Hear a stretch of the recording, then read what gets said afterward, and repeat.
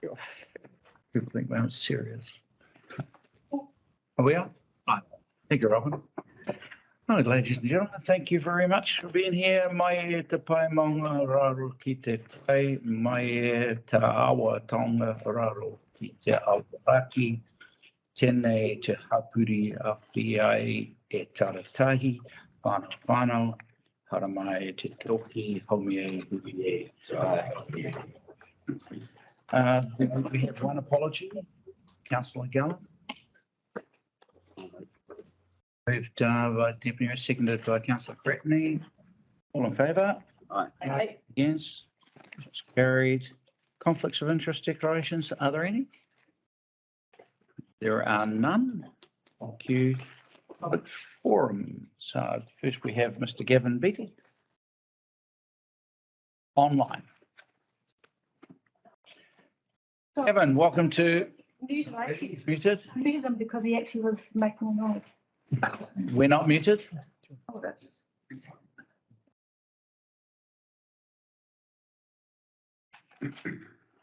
With you in a second, Gavin, if you can hear us.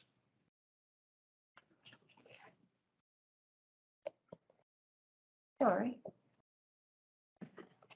There he is. it's all right. All right. Gavin, Kia welcome. ora, can you hear me? We can hear you.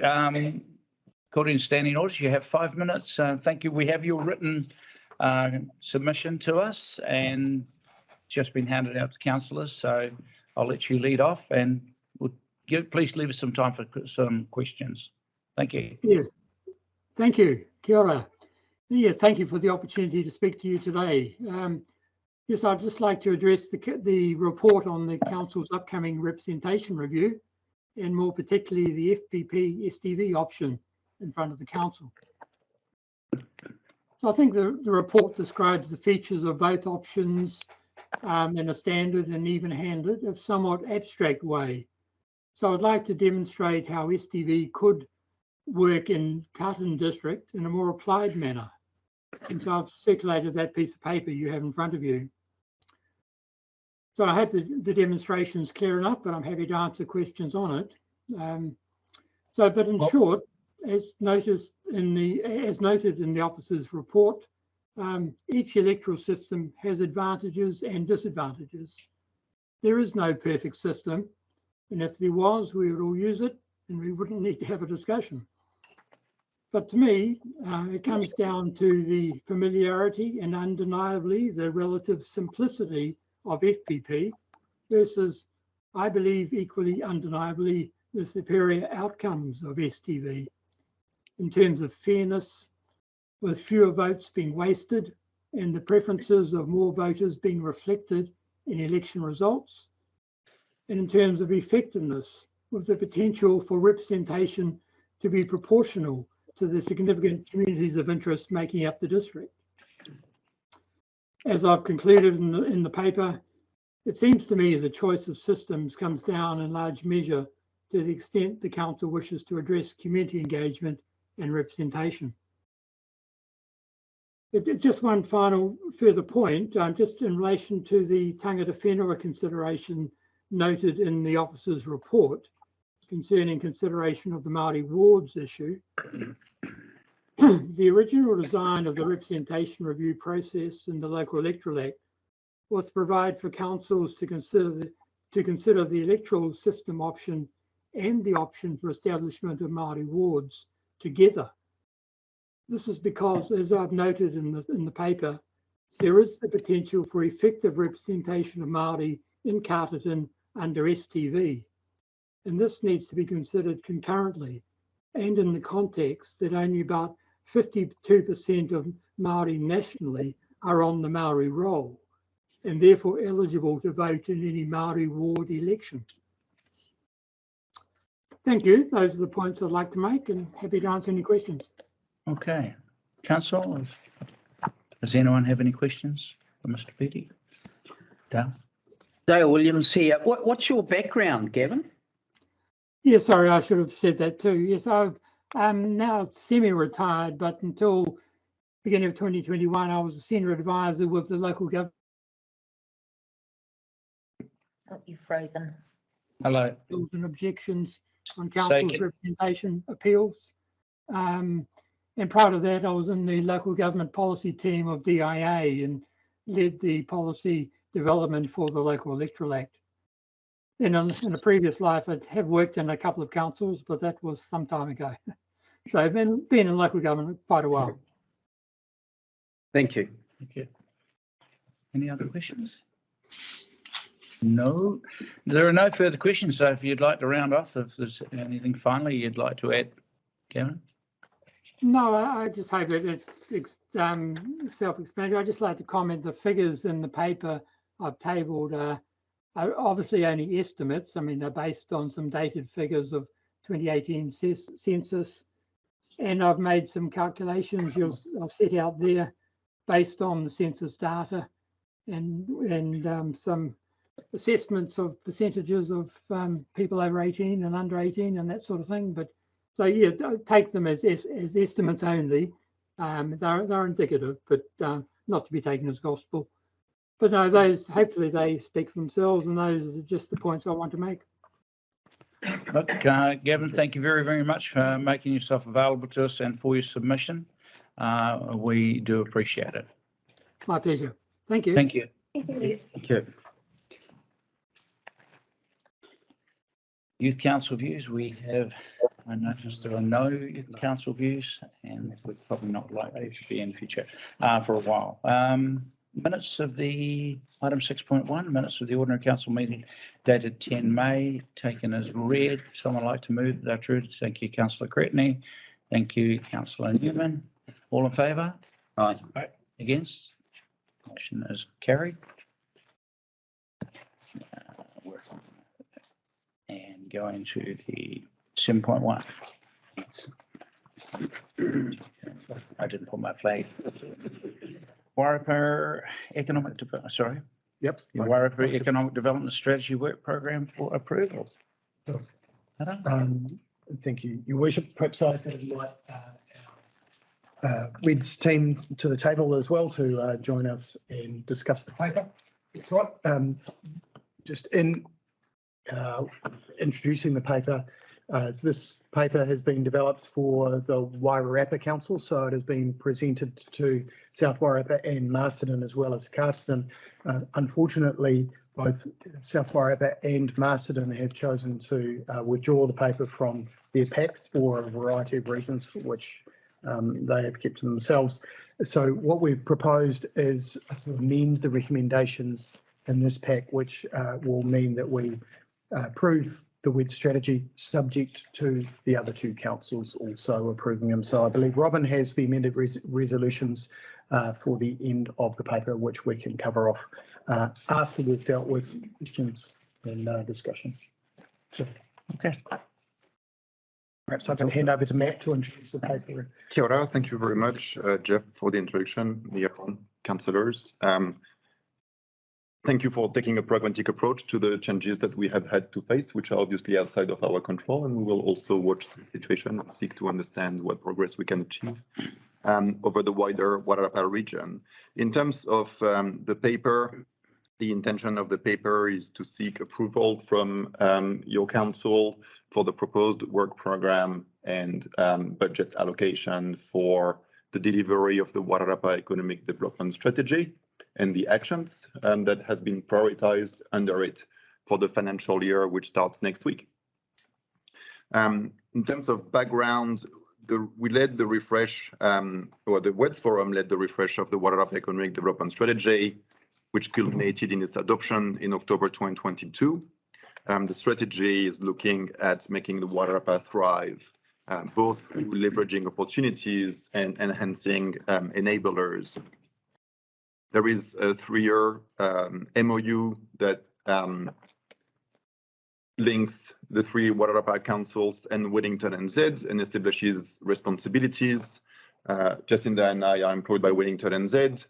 We provide the project management office function for the Wairarapa Economic Development Strategy. We employ a program manager, that's Jacinda, who's sitting right next to me, and a program coordinator, and I'm sure many of you will know Natasha Kidd, who provides that function. There is a funding commitment from each of the three councils, which I believe is in the LTP, and that includes $60,000 from Carterton District Council. The WEDS Forum governs the delivery of the WEDS during the course of the financial year. The forum includes the mayor and chief executive of each council, as well as representation from Greater Wellington, from the two local iwi, destination Wairarapa, and two business sector representatives.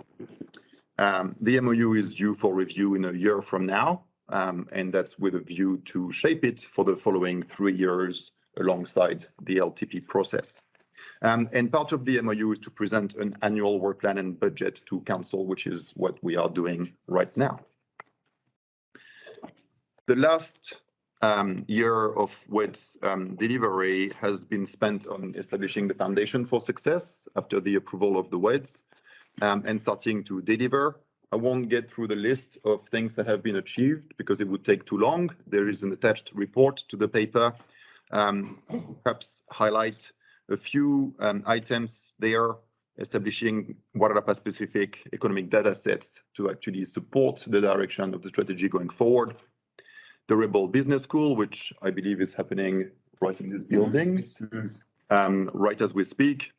The Good to Great program to develop leadership for primary sector leaders, working with Wainawa Industrial Estate on water resilience and leveraging Kanawa funding to hopefully support that initiative, supporting the Maori Business Wairarapa network, and helping secure some MB funding to deliver some digital boost program partners to enable small businesses to be more digitally savvy, including 3 Mile as a delivery partner right here in Carterton. And the list goes on, but I'll stop here for now. What I will point out is that all of these initiatives work through a leverage model. We use the amount of seed funding that is available through council and the resourcing that Wellington and Z put forward to seek further funding to enable these initiatives to occur. And that's been quite successful to date, and we look forward to continuing this approach. Looking forward for next year, the work plan and budget allocation are included in the paper. And the way we went about designing those documents has been through consultation with each of the 3 councils and workshops, including one in this very room, as well as working with the WEDS Forum, of course. So the WEDS Forum has endorsed the work plan and budget. There is a letter from the independent chair in the paper reflecting that endorsement. So we're looking at focusing on supporting businesses, workforce development, the tourism sector, water resilience, working with iwi on economic development, technology and infrastructure are the key highlights. We have presented those documents at the Combined Council Forum, so some of you will already have seen them, and they are, of course, included in the paper. In terms of next steps, we are very much ready to go when it comes to delivering this work program from the 1st of July. And we will be going back to council with reporting as an ongoing process through the year. So I think the next step will be the annual report for the year that is about to conclude, which is due to council by the end of August, and then quarterly report on the ongoing delivery of the program throughout the financial year. The last point I will mention is that the MOU is up for review at the end of next financial year, and so we will also be going through this process over the next 12 months. I think perhaps I'll stop here and welcome questions from around the table. You mean? Yeah. Thank you. Really, question to Jeff. What the other 2 councils, what have they agreed to do or not to do? So obviously the funding for WEDS is dependent on all 3 councils proceeding. The other 2 councils have decided to withdraw this from their current council meeting, so their current council pack, so they aren't approving it prior to the fiscal year starting, which is a little bit unfortunate. But yeah, they have their own challenges. But they're not saying yes or no. They have a question around the program. Okay. Yeah, so they're just delaying the tabling of this report. So I don't have a question with the program, and we haven't got a question with the budget. So our recommendation was we just proceed. Follow up to that. So if we say yes, but we're the only ones saying yes, what happens? So perhaps we could just look on page 22 of your pack, if, the recommendations. So the first recommendation would remain the same. We received the WEDS activity report and letter of engagement from the WEDS forum chair. The second recommendation would have an addendum to the end of it. So it would continue to approve the WEDS work program for 2023 as per the work plan and budget included in the pack, subject to the approval of the work program and budget by Masterton District Council and South Wairarapa District Council. There'd be an additional note which is note if the work program and budget is not approved by Masterton District Council or South Wairarapa District Council, then a revised work plan and budget will be presented back to a subsequent council meeting. And the final two recommendations to note will stand. So are you, sorry, I just want to be really clear. So the fact that that's been withdrawn from North and South, are they still intending to revisit it, but not before 1 July? Correct. Okay, so there is the intention to go back over it and retrospect it if that's what they want to do. That's correct. Okay. I've kind of got a follow-up on that. So all three councils have signed an MOU in our last long-term plan, Yeah. which means that for the 3 years, each council has committed to delivery in their budgets. So one would hope that the other two councils will be honouring that commitment. Correct. And I believe the issue is not a funding issue. I believe it's a program issue. What's in the program. So Okay. they just. Right, so we shall deal with our part of it. Yeah. And we will wait and see what pops out of that. I think it's the only way we can look at it. So are there any questions? I know we did a pretty strong workshop and we've been over this ground before, quite a bit, thank you very much. But are there any other questions? And we did have the presentation at the combined council meeting. Yeah. I think We were pretty good. which we all went, I think. Yeah, Councillor Dell? I've just got one question through you, Mayor Ron.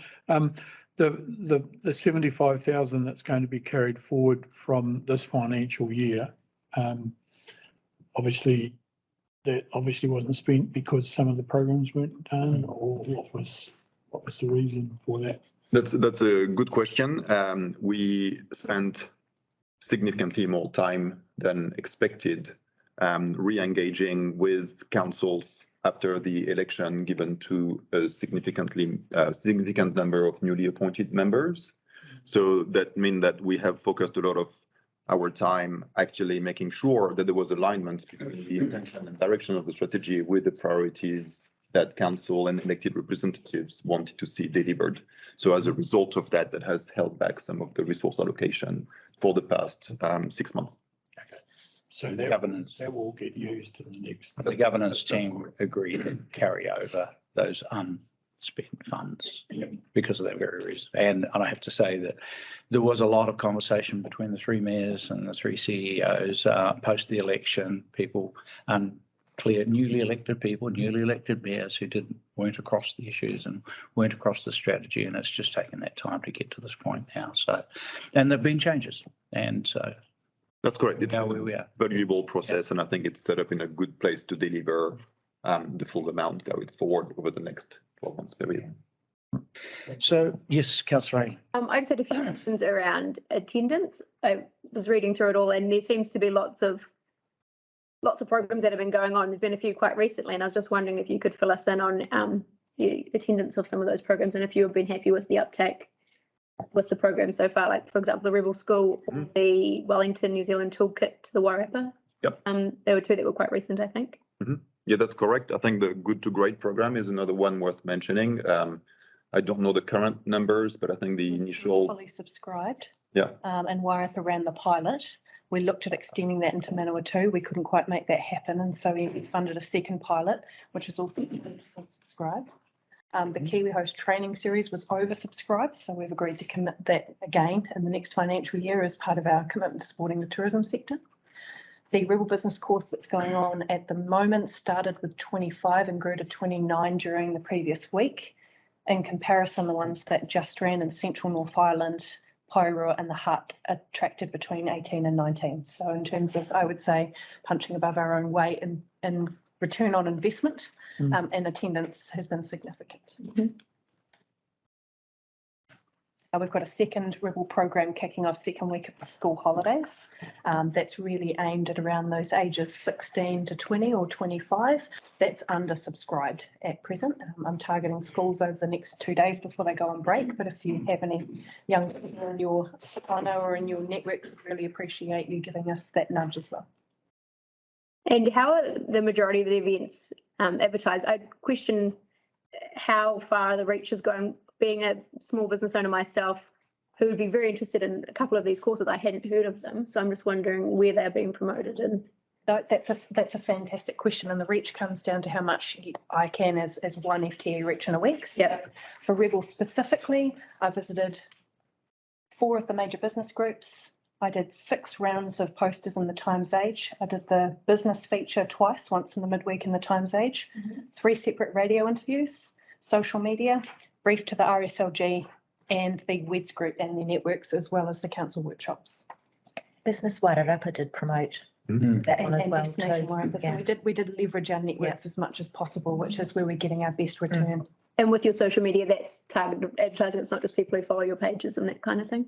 Correct. So we do, I guess, boosted against a number of the collective stakeholders. So that would include all of the business groups, REAP, Youth to Work, the Chamber, Destination Wairarapa, Māori in Business.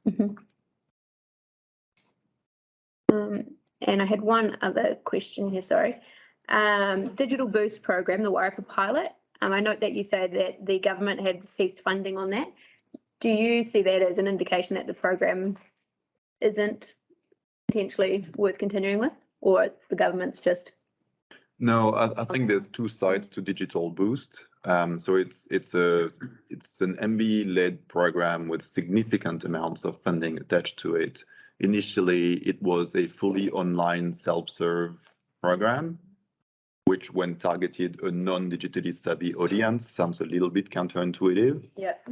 So a part was added, which is the part that we are talking about here, which is through cohort with face-to-face delivery.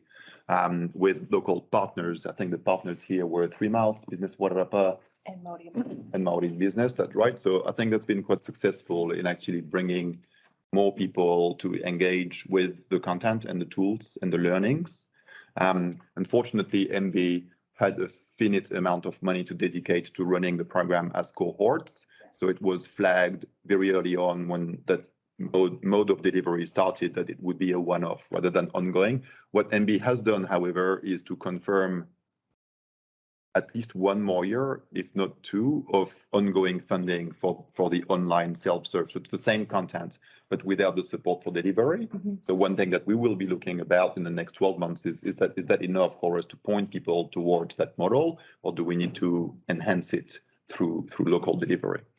In terms of the demand for that local delivery, we just went out directly to our networks and we got 90 subscribers. That was never publicly advertised because we were oversubscribed before we could even get to that point. I'm just collating, because it finished at the start of June, I'm just collating the feedback from those 3 cohorts, and we think that there is demand and need to continue it as a self-funded Wairarapa organic program. And so that'll be something we'll be looking at under the technology focus area, potentially something we can co-fund if the demand comes up again. Cool.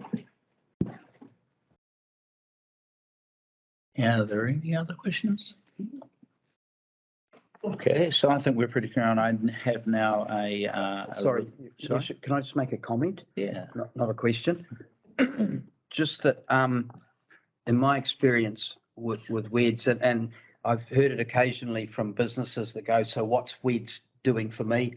And it's more about what WEDS is doing with me and with us. Like I've been involved with the Skills Leadership Forum, Youth to Work, Go Carterton, Business Wairarapa, and those businesses and individuals that are engaging are getting huge benefit out of the contribution that a really small team is making. I suppose, so I just want to thank you for what you're doing. You know, no strategy that's regional wide is perfect to everybody, but it's more than we've had and better than we've got. So for me, I suppose in local government, it's councils. We can't, as elected members, we can't be part of the development of something, the structure of it, and committing to it up until the time we have to pull our checkbook out, because we've known all along what the money is and what the contribution and what our commitment is. And I just think that, you know, we've started something that's got the potential with dark skies and some of the other possibilities in the Wairarapa. We've started something, and we're going to get huge benefit out of it. I'm very supportive of the motions that are coming forward, and I hope our neighbours north and south, when they go through the next stage of their deliberation, that they also follow through and support the WED strategy for the Wairarapa. Thank you. Councillor. Ditto to what Dale said. I think you've summed that up really well. I just wanted to say thank you, all the attachments and the activity reporting and the work plan and the budget, and also your time for the workshops that you've done with us individually as a council, and also the combined council meetings have been invaluable. And really appreciate how much you've listened to what we've fed back from what we know of the community. So thank you very much. Thank you. Any other? Yes, Councillor. Adding on all of that, I just really appreciate that you guys have focused on Carterton. Quite often these business things seem to miss us out a little bit. And it's been so nice that you are basing yourselves at 3 Mile for some things. People are working out there, you've come along to go Carterton events. It's just awesome to see you actually like engaging with the Carterton community as well as everywhere else. So thank you for that. Thanks. And if you take all of that and look at the numbers on page 33, it shows a contribution from the Wairarapa councils of 235,000, and the total forecast expenditure is 693,000. I think the Wairarapa is on a win-win. So thank you. I'll just endorse everything that's been said. So being mindful of baking. I just wish to move now to the resolutions, if I might. And I have the revised wording in front of me, so I'll take it from there. First resolution is that we received the WED's activity report and the letter of endorsement from WED's Forum Chair. Someone to move, please. Councillor Newman, seconded. Councillor Cherry Campbell, all in favour? Aye. Against? Carried. Second, and this is a rewording, no. Resolution, council approves the WED's work program 23-24 as per the work plan and budget, subject to the approval of the work program and budget by Marsden District Council and South Wairarapa District Council. There is a note to be added to that. The work note, sorry. I'll just deal with that. Just deal with that first, and we'll go down to the next one. So someone to move, Councillor Cherry Campbell and Councillor Della. All in favour? Aye. Aye. Against? Motion is carried. Number 3, that we note if the work program and budget is not approved by Marsden District Council and South Wairarapa District Council, then a revised work plan and budget will need to be presented to a subsequent council meeting. Someone to move. Councillor Cretney, seconded. Councillor Lawrence, all in favour? Aye. Against? Motion's carried. Fourth resolution notes that Last 2 ones together, they haven't changed. yeah, we can take those together. Thank you, Chair. So if we take 4 and 5 together as worded in the papers that you have, I'm not going to read them out. Someone to move, please. Councillor Cherry Campbell, seconded. Thank you, Councillor Newman. All in favour? Aye. Aye. Motion's carried. Inshallah, as I would say, let's hope that we have better news in a few weeks' time and that we can progress. But I just want to conclude by saying, I know that this has been stressful since the election. I know there's been a lot of work going into this, and yeah, as you can see from the comments from this council, we're very confident it's landed. So fingers crossed. Kia ora. We appreciate Thank it. Thank you very much for having us. Thank you. 7.2, draft annual plan. Kelly. Thank you.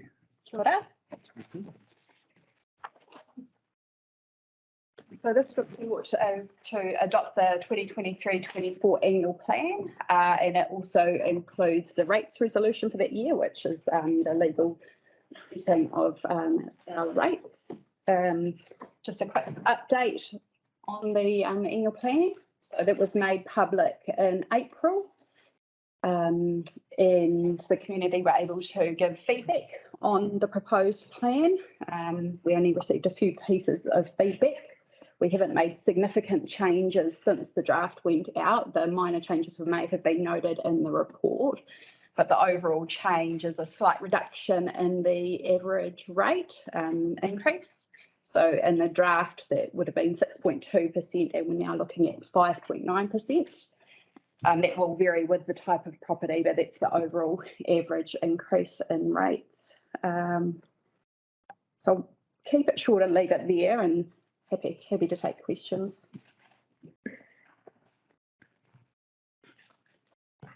Are there any questions? Perhaps a comment.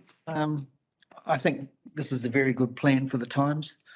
We've done our best for the community, and where they are, lots of them, lots of us, financially a bit challenged. It delivers on our core requirements in terms of levels of service. Means that we can continue to do the things that we've been doing and the things that people value at what we might call the best possible price. So congratulations to the team. Yeah, I'd agree.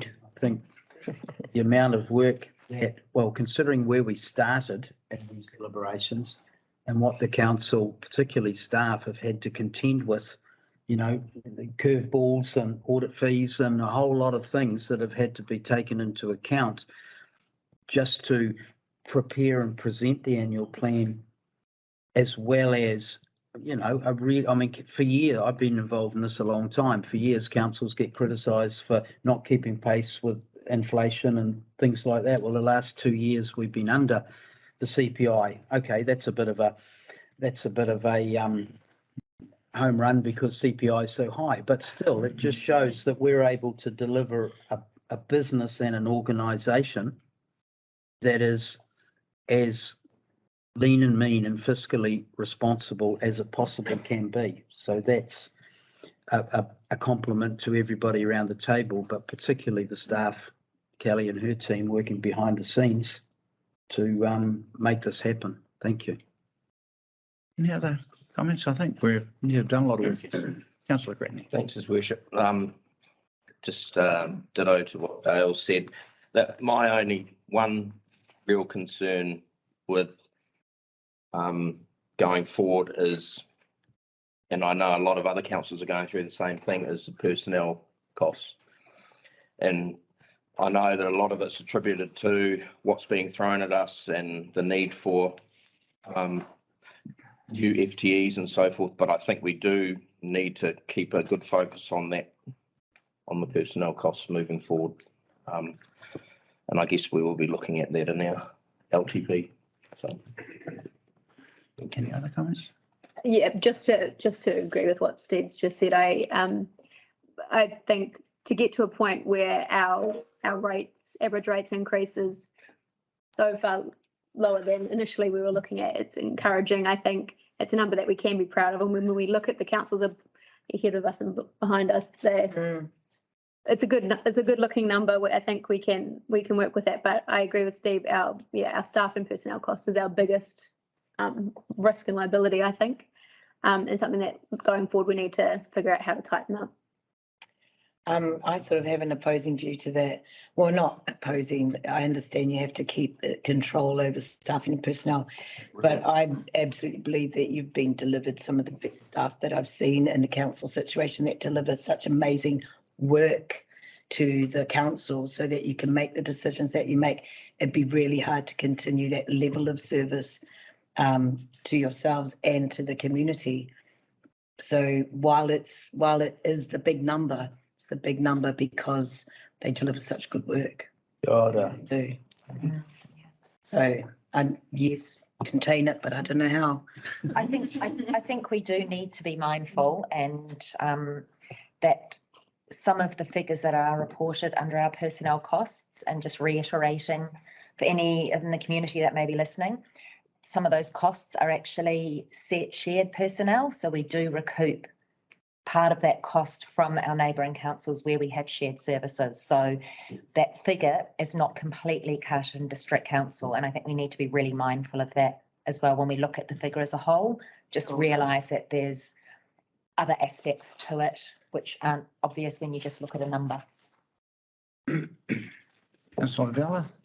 Yeah, thank you, Mayor Ron. The only comment I've got is it's has been a really long and robust process that we have been through to set the figure of 5.9 and I congratulate staff and all the councillors for doing the due diligence and achieving that. One comment that I will make is that whilst our change increase is going to be an average of 5.9, we're well below our neighbours on both sides and our regional council who are still yet to announce theirs, but it looks like it's going to be probably up to 17%. And the sad part about that is that GW increase rates actually goes out at the same time on the same invoice as ours, and that's always been a bugbear of mine that it's seen that the rates increase that GW enforce on all the ratepayers comes down to sometimes being blamed on the local district councils. So I just want to reiterate that those figures are not all directly involved from CDC. So thank you. Don't know that I can add a lot more than that, but I'll just give my personal thanks, Jeff, to you and the team. Big levers were the two words you gave to me right at the start when we started. Look for the big levers, and you had some ideas around that, and this is a result. I am going to caution myself though, because the challenge will be next year. You can't keep deferring issues. We will have 3 waters, which will have an impact on staffing. It'll have an impact right across the board. And we have some major challenges with resilience on our roading. So we can celebrate this one. You know, we've got a gravel road ahead. So well done, Jeff. Well done, Kelly. Well done to all of the team. I think this is something that we can actually, well, you can take a pat on the back for, seriously. Thank you. And thank you to the council for your diligence behind this. So without further ado, let's get straight into the recommendations, and I will not be reading all that out. Ask if you were going to Because I'm looking forward to baking. So, starting from the top, and there are no amendments or adjustments, so we will take, how do we do that? Can we take the first 2, receives and adopts? We'll take the first 2 as one. If I could have someone please move. Deputy Mayor and Councillor Cretney, all in favour? Aye. Against? Motion is carried. Recommendation number 3, and who wants to read that out? Nobody? Right, we'll carry on. It's quite a long one. Someone to move, please. Councillor Lawrence, seconded by Councillor Chair Campbell. All in favour? Aye. Against? Motion is carried. Recommendation number 4, 5, 6, 7 are all agree, and 8. Can I take all those as one? Someone to move resolutions 4, 5, 6, 7 and 8 as one. Councillor Newman, seconded by Councillor Ayling. Thank you. All in favour? Aye. Against? Motion is carried. Congratulations, team. Thank you very, very much for your work. Moving right along. Well done. 7.3.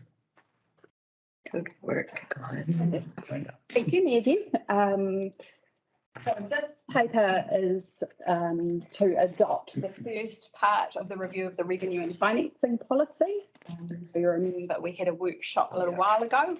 It's the first stage of reviewing the policy and also of our rates review. So this part, step 1, looks at our different activities, the outcomes, the benefits, is listed in the report. And we made some changes to the previous policy, and that's reflected in the attachment. So the idea of adopting it now is at the point in time, this is what it is. We then have the next step that you'll work through later, step 2, and that's where we start doing some rates modelling and look at how it all looks over together, and then there'll be a chance to come back and make adjustments to step 1 if needed at that point. But at this point, this draws a line in the sand for us to move forward. So that's the idea behind adopting it at this point. Just provides, so if I could add, it just provides a degree of transparency. And that this is the process we're following, and if anyone has questions around the changes that are proposed to the revenue and financing policy, there is certainly, as Kelly pointed out, it will come back to council before being formally adopted, but it does provide the option if they wish to review it now and provide council or staff with feedback between the time we're adopting this draft one and the final one later on in the process. That's right. And sorry. The paper also includes quite a high-level timeline as we work through the process. So there is time built in here for consultation with the public, separate to the LTP, and that'll be on the final policy and rates review. So if there are significant changes made compared to what we're currently using, that'll be the time that we'll consult with the community to keep that conversation separate from the LTP, which is more levels of service and budget conversation. If the changes aren't hugely significant, then we would probably just go and consult at the same time as we do on the LTP. I just had one question, and the timeframe says that in August you'll be looking at the Tūri Whenua, back to Te Tūri Whenua Māori, but I understand that councils are able to have a rating policy on Māori freehold land, and is that being considered at that time there? Yeah. Okay, cool. Thank you. Any other questions or comments? It's a good workshop, that one. All right, so let's move to recommendations. Someone move that we receive the report. Councillor Gretney, Councillor Alien seconded. All in favour? Aye. Against? Motion's carried. Someone to move we adopt the first stage of the revenue and financing policy review. Councillor Cherry Campbell, Deputy Mayor Dale. All in favour? Aye. Against? Motion is carried. 7.4. Kelly again. So council are required to complete a representation review at least every 6 years. So Carterton District Council is now required to complete one over the next 18 months or so. So this paper sets out a bit of a timeline around the process, but the main focus of this paper is really around the electoral systems. So you can make a decision as to whether we continue using first past the post or single transferable vote. The paper outlines a few options you have there around decisions and the pros and cons of each of the systems as well, which we've previously had a workshop to talk about in a bit more detail. I'll leave it there. Happy to take questions. Press through. Are there any comments or questions, please, Marama? Just on the Māori board and that discussion, and the discussion that has to be done by November. when is that discussion being held? Because I'm not always going to workshops and stuff, but I definitely want to be part of that. Yes, so I was going to talk to you about that. Okay, good. All right. We have a date booked for our first workshop, 19th of July. So we'll have a chat, eh? Yes. Sorry, I'm already in Rotorua on the 19th, but yeah. Yeah. Okay, thank you. There are a series of workshops on the representation review. It's not a single event that will, set the future. There's a lot of information to cover. So, Yeah. we will make sure that it's open to as many people as possible because it's really important and we only get once every 6 years to do it. That's right. All right, cool. Thank you so much. That's going to be my question. We were going to discuss possibility for a Māori ward, so. And I might want to just point out that you guys are some of the most culturally competent council I've had the pleasure of dealing with. No protests here.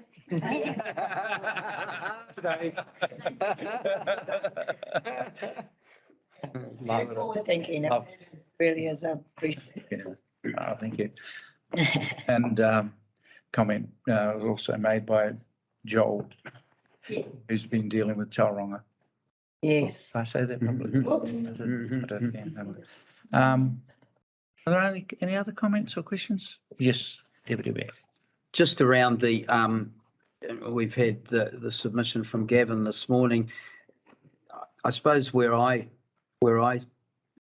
land on that is, from what workshopping that we've done and reading and listening to people who have got preferences between FPP and STV, I understand there's pros and cons of each of those different voting systems, and we're familiar with them with the Health Board and Regional Council and so forth. But I guess where I land is that we're in a real solid time of change. There's so much change going on around us, with us, to us, and there's more to come. And just reading the Local Government Commission summary, the review in the last week, where they're recommending a whole lot of changes, including to STV, or recommendations, I should say.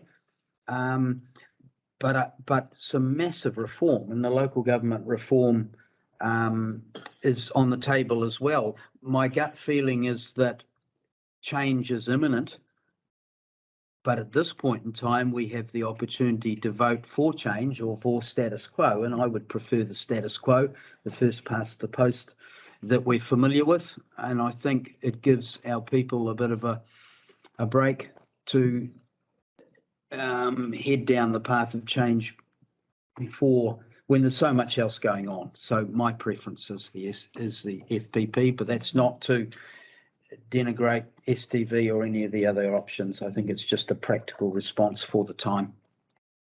Thank you, Your Worship.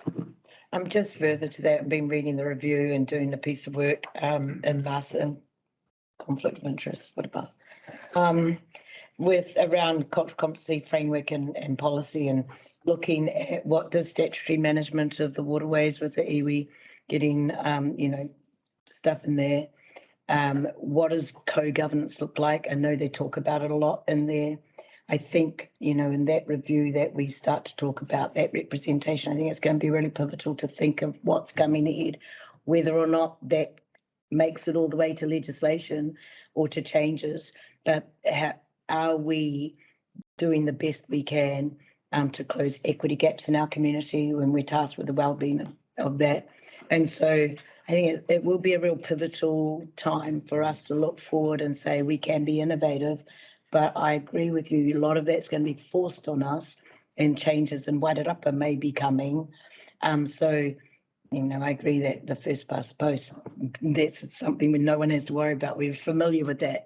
But there are lots of things that are coming down the line. I think we can have some really good, robust conversations around that. We can come to a really good, innovative solution, as we already have going forward. Yeah. So I was going to open up, and bearing in mind that we have a number of resolutions to put, and I think the first two are going to be quite simple. It's the second one, it's the third one, where we're probably going to have some conversation so that we can settle on which of those options we choose to resolve.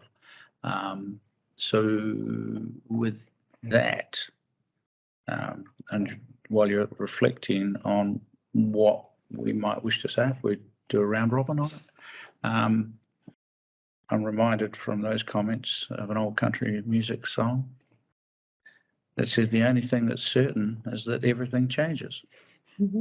I thought it was you'd got to know when to hold them.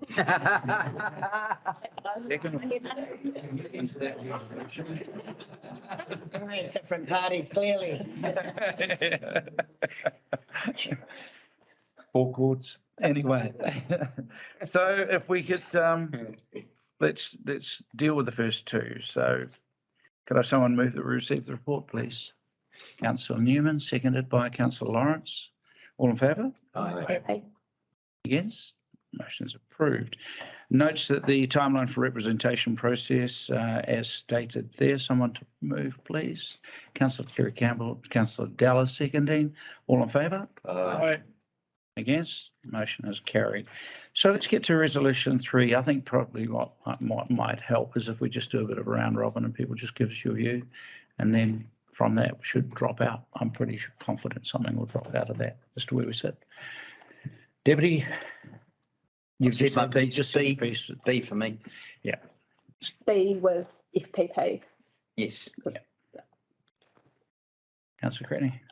Our deputy mayor has summed it up very well with all the changes in front of us. I think we stay as status quo. B with FPP. Councillor Newman. I'm a little bit conflicted on this one. I can see the huge benefit to STV just for those minority groups, especially younger people, Māori, women. I can just see how that would benefit us, but I can also understand the argument that so much is happening to us and around us. That is this another change we need to fight right now, and I don't know if it is something to fight right now. So I'm comfortable with going FPP, but long term I think STV is the way that. Thank you. I always think it's a bit odd to talk about single transferable vote when in fact people get 8, but let's not worry about it.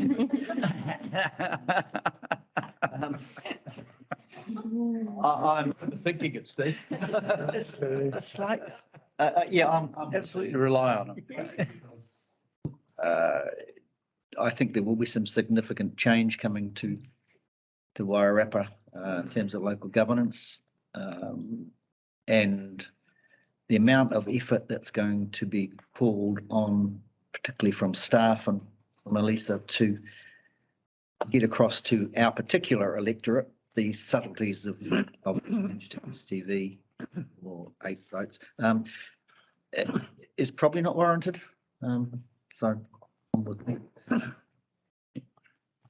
Yep, I agree with what everyone has said so far. I think the people of Carterton didn't elect us to do nothing, so that rules out option D in my mind. And I agree that option B, retaining the status quo of first past the post, is the best option for the time being.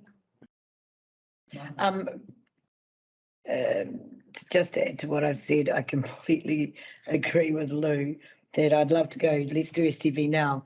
I just think there's so much coming and we have an opportunity to talk through what that looks like.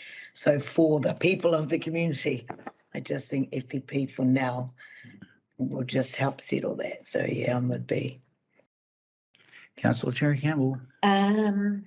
B, FPP. I think who knows what's going to happen in 2.5 years' time, whether Carterton District Council as we know it will still exist or whether we are going to be done to on some other level. Who knows what it's going to look like. So I think changing something now might not even come to fruition, and our community have got enough that we're going to be consulting with them on in the next 12 months. We've got the district plan draft will be October that will be coming out, so as well as our long-term plan. So I just think let's just keep this one simple. Councillor Della. Thank you. I'm with the rest. FPP for me change mainly because I've got a couple of reasons or 3 reasons. One is I think most of our ratepayers obviously understand the system that we've got going now. 60% of them do because they voted.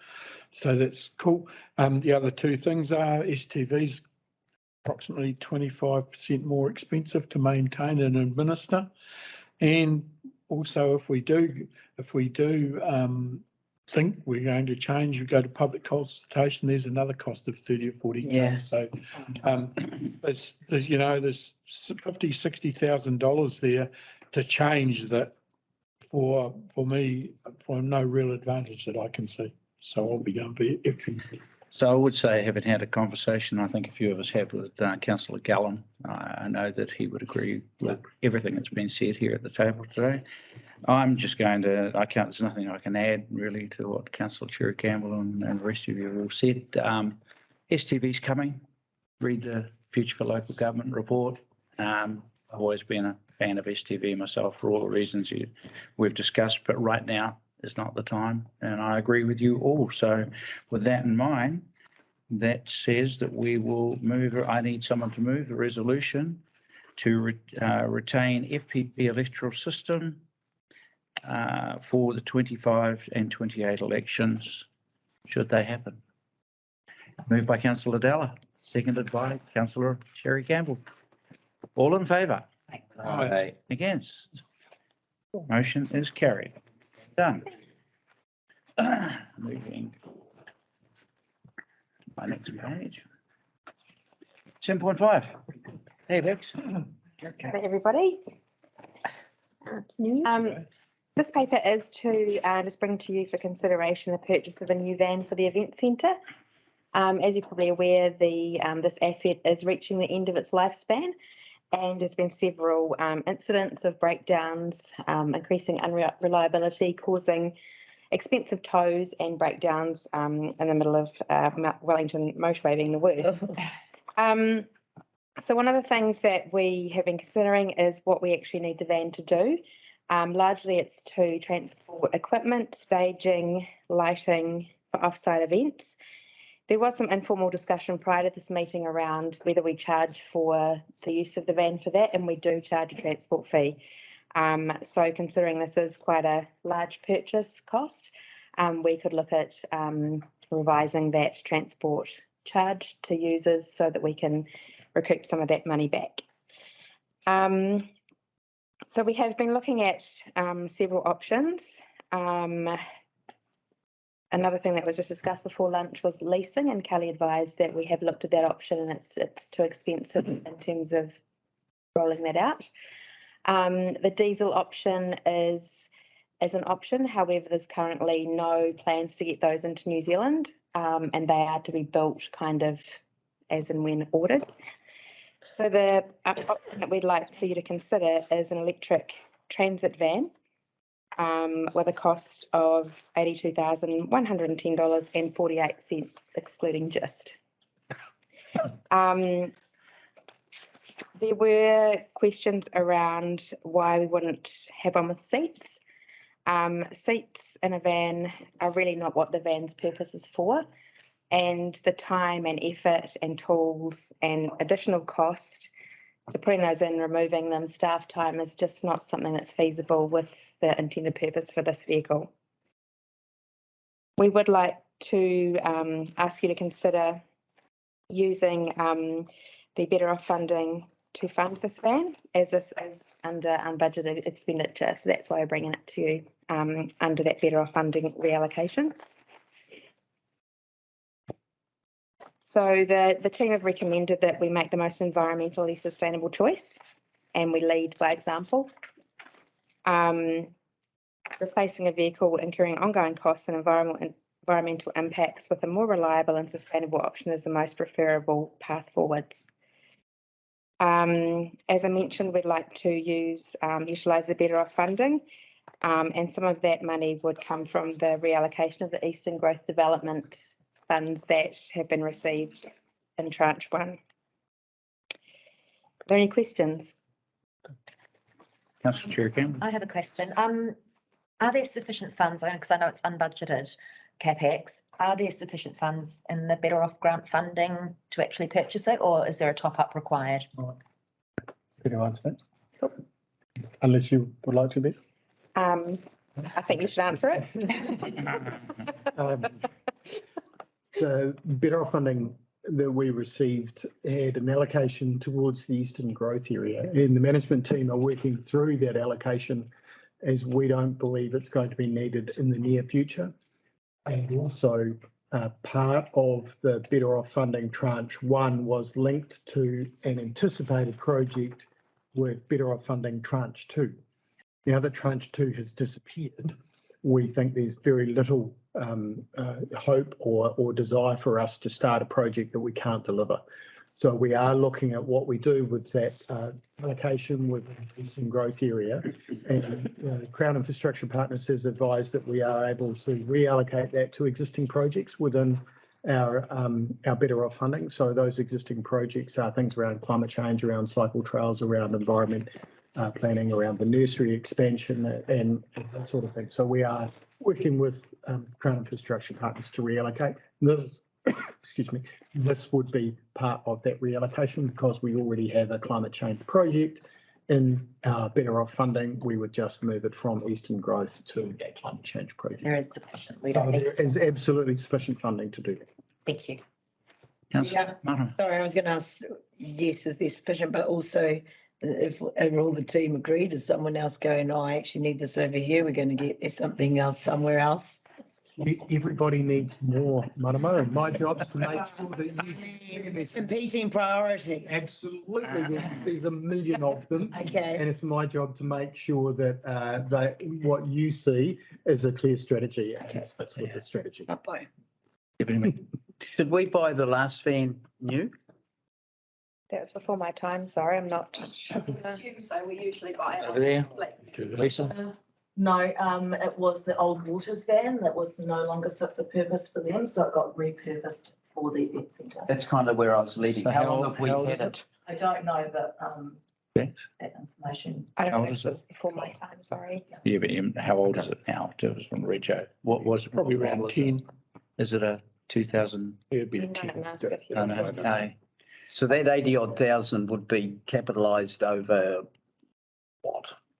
10 years? Yeah, so vehicles would be depreciated between 7 and 10, is that right? Maybe between 5 and 10. 5 and 10. Yeah, so we would capitalise it and it would be depreciated over time. Yeah. And what's the annual budget of the event centre? The annual The income or the income?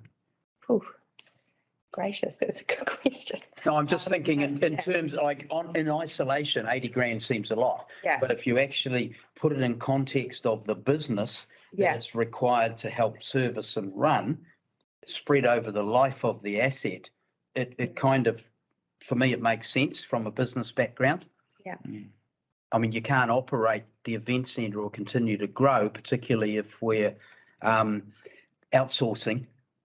The van's an integral part, and like the government's finding with aeroplanes, you can't have unreliable vans, can you? I tried to tell them that. Never mind.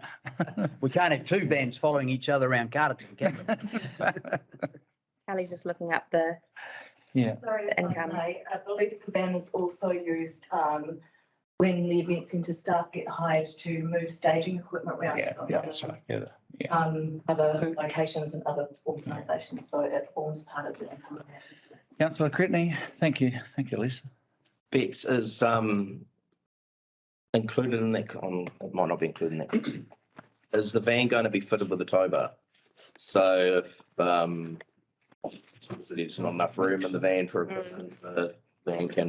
Yes, it does. It has a tow bar and wiring. Oh, that's inclusive in the. Yes, $2,123. Thank you. 5 cents. Martin, again? Oh, sorry. Councillor Della? No, away you go. Oh, mine was, Okay. do we know how far how many Ks on a charge this thing's going to go? It's not like a Hyundai. Well, thank you, because that's one of my, Yeah. I guess that comes back, if I could pause on that, just supplementary to that. We had a big conversation this morning about whole of life costings. And Yeah. I do gather that the whole of life costing of these vehicles is known compared to diesel, but I wrote down, I'd like to know what the expected life is in kilometres, years, I don't know, with an electric, I guess that's going to be always the question with electric vehicles. if I take my truck, it's 436,000 on the clock and still rolling. But we expect to get 436 out of an electric vehicle. I'd hope so. I'd expect it out of a working Do we truck. know? I'd Do we expect to know? get 500,000 out Yeah. of it, you know. Have you been collecting the data on your emissions? Oh, Yeah. they're really good. Look like. Strong emissions. It's got the J curve towards the end of the, you know, the first 100 is different to the last 100. Sounds like Kira Mackinac. It's going well. Carbon offset. Yeah, we're going good. And how much use does this thing get, Bex? Especially through summer, we're out and about doing lots and lots of installs of staging and PAs and transporting equipment. It was used a couple of weeks ago for the coronation event, for the wastewater treatment plant, for getting gear there. So it's used very, very regularly. Not so much in the last wee while, apart from the wastewater, just because of the unreliability of it. So we're using staff vehicles and Oh, wow. and our other fleet vehicles to transport gear, which is quite rough on them. As you can appreciate that, you know, PAs and big things don't really suit little vehicles. So it's really not just for the event centre, it's for the council at large when everyone's moving anywhere. That's right, yeah. Yeah. So which leads nicely to my real question, which is, why is this paper in front of us? This is, I would have thought this is a CEO's Budgeted. decision, or is it? It's so unbudgeted. Is it I'm moving still- a budget. Yeah, so it's still within your financial delegation. If it had been budgeted, you would just have it Yeah, I would slotted just- in there Yep. and you would have just done it. Mhm. So it's only because it's unbudgeted and we're looking to use the money from out of the Petticoat funding. And this is business as usual. It's the CE's decision normally. Normally. You buy the pickups and the trucks and we don't normally get to see them. Just part of the annual. We don't get to choose the colour. No. Oh, I think it's great that we're willing to consider and go down the track of an EV. We've got the charging stations out there. We talk a big game around climate. It's an opportunity to follow through.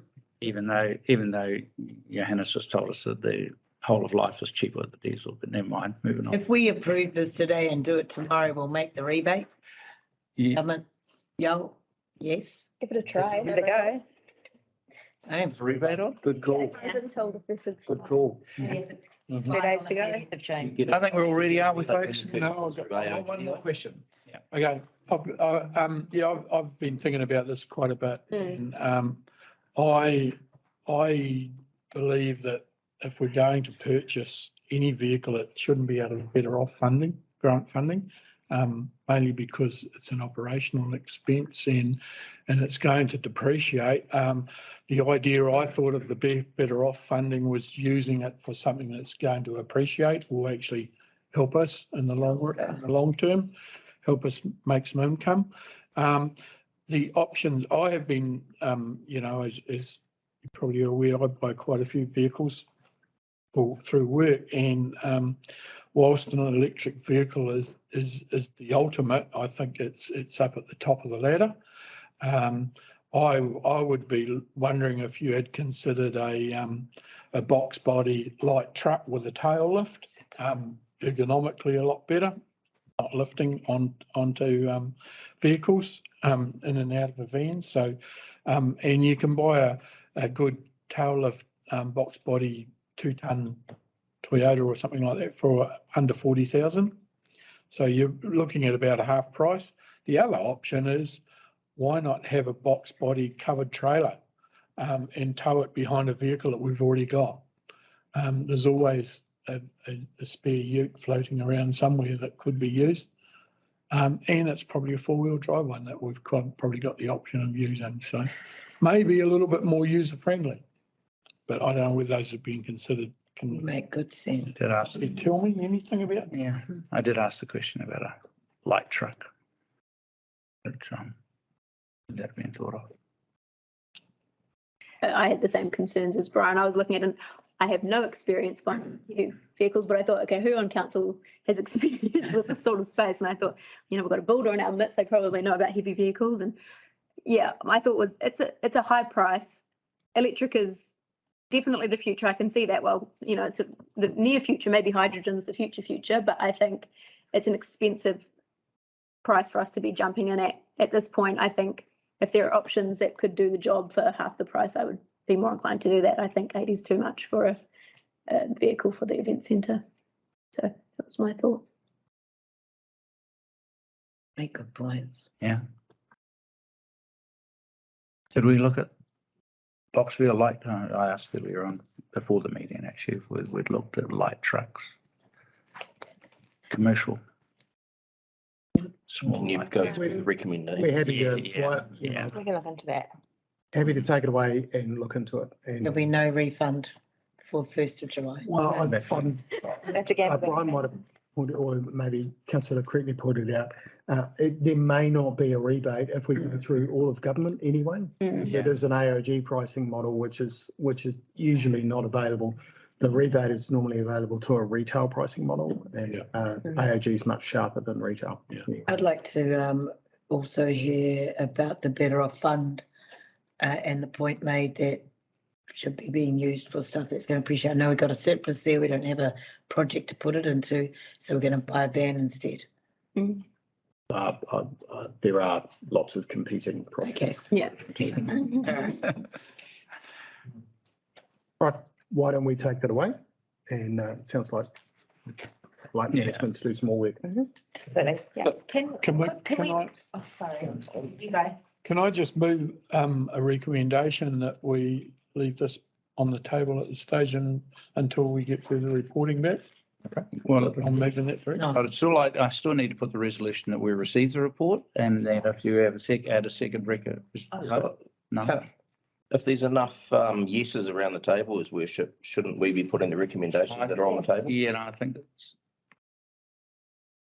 could be. I'd like to get us to a point where we have a strong consensus if we're possible of doing that, but Well, why don't we see what we've got?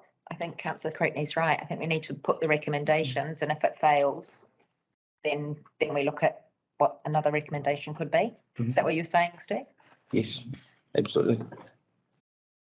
okay, we're comfortable that the criteria around the use of better good funding allows us to do this. Okay. All righty, so resolution 1, we received the report, someone to move.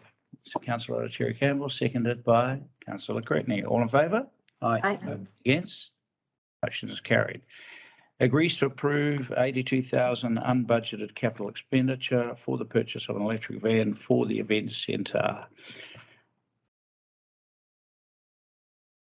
Someone to move? Councillor Cretney, seconded by Councillor Cherry Campbell. All in favour? Aye. Aye. Against? Can I not vote? She can abstain. I'm abstaining. So the motion fails. 1, 2, 3, 4. 1 abstention. 2 in favour. 3 in favour. 3 in favour. 3 in favour. 4 against. 1 abstention. That is how council works. No one should feel anything other than doing your job. Okay, and so the motion fails. So I think at that point, I'm open to receiving another recommendation. Councillor Della, Yeah, I'd have some wording? like to move a motion that the event centre van purchase gets revisited, coming back with several options of different price ranges. Can we just clarify the CE's Yeah. delegation? Because I think possibly from my point of view, the fact that this van keeps breaking down, that staff are using their own vehicles is, from a risk point of view, risk management point of view, that's a high risk, and I'm not comfortable with that. I think that maybe we agree to fund a purchase. So recommendation 3 is agrees to fund this purchase by reallocating Better Off grant funding. I think if we can agree that we can use that funding up to, and then it's at the CE's discretion to investigate other options. Could I ask, Jeff, of you, you have the ability in the meantime, so that staff aren't using their own vehicles, to lease a vehicle to get us by?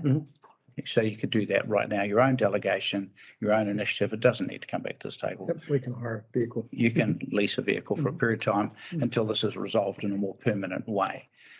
So I guess what Councillor Della is proposing, and I don't want to put words in mouth, or maybe Jeff, you can help us out with the wording, make it easier for the staff, is represent the paper with some other options, considering what a box Well, ban or other at least- options, I think Jeff's got a steer of what. with some other options. Looking at. So just leave it open for the CE to come up with some options. You were going to make comments? Oh, only that I agree with Councillor Cherry Campbell. I mean, we're in danger of straying into management and operations. I mean, really, the request to the council for governance is around unbudgeted funding. We're either comfortable with yes or no to unbudgeted funding, or yes to a certain amount, and then that shapes the purchasing options for the CE and staff as to what type of vehicle or trailer or a shop bike with a basket on it. You know, I'm not sure it's our role to indicate to staff what make and model and power No one's saying and so forth. No one's saying that. He's just saying, Councillor Dallas just suggesting, see, come back with some other options. Yeah. That's all. Yeah, and to be fair, it has been, the report has been given to us and we have been asked to make a decision. So we have the right to say yes or no on the approval of that fund. So I think I agree. We don't have the right to say you have to buy a Toyota, but I think to say that, could you come back with some options is fair. Councillor Cretney. At the risk of creating more work, Well done. I'm not going to pay him. if we're going to look at purchasing a diesel, for example, can I get some understanding of how that fits into our climate strategy? Yep. Yeah, we'll do it in the option. Yeah. Thank you. Absolutely. Yeah, I think it's right. So Councillor Della, if you would like to just restate, I think the resolution you're offering is quite simple. That the